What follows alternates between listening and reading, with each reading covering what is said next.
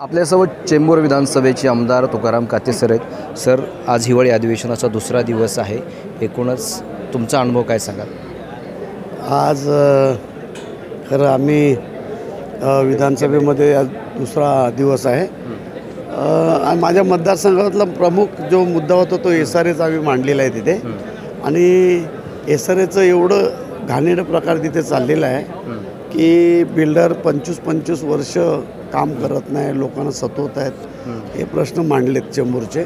चेंबूरमध्ये बहुसंख्य झोपडपट्टी भाग असल्या कारणाने बिल्डर येतात, बसवतात आणि निघून जातात. म्हणून आम्ही जास्त आज SRAच्या विषयी बोललो आणि SRAचा प्रश्न हाती घेतला आहे मी आता आणि तो पूर्ण करणार. या विधानसभेमध्ये ही विधानसभा निवडणूक तुम्हाला सोपी गेली?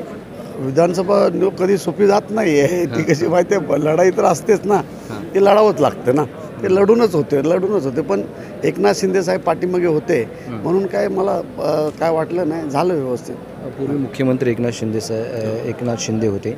त्यांच्या आमदारांना बऱ्यापैकी आर्थिक पाठबळ मिळायचं, पण आता सध्या ते मुख्यमंत्री नाही आहेत, उपमुख्यमंत्री आहेत. काय वाटतं? भरपूर पाठबळ मिळाला आहे आम्हाला. काही नाही, भरपूर म्हणजे काय, त्यांनी इतका मोठा आशीर्वाद दिलेला आम्हाला, काय मला सांगू शकत नाही, एवढा मोठा आशीर्वाद आहे. पुढील 5 वर्ष चेंबूर विधानसभेचा कशा प्रकारचा विकास करणार? सर्व पूर्ण झोपडपट्टी जी आहे त्याचा मी विकास करणार आहे आणि अतिशय चांगल्या मोठमोठ्या त्यांना बिल्डिंगमध्ये घेऊन स्वतःच्या हक्काच्या घरामध्ये घेऊन जाणार. आज विधानभवनामध्ये उद्धव ठाकरे आले होते, रॉयल एंट्री मारली.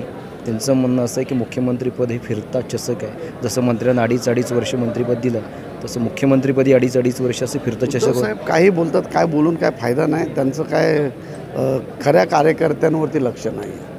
जो खरा शिवसैनिक आहे त्यांच्यावरती उद्धव साहेबांचं लक्ष नाही. बस एवढं. हे होते चेंबूर विधानसभेचे आमदार तुकाराम काते. मी गुणवंत दांगा, DRV न्यूज, मुंबई.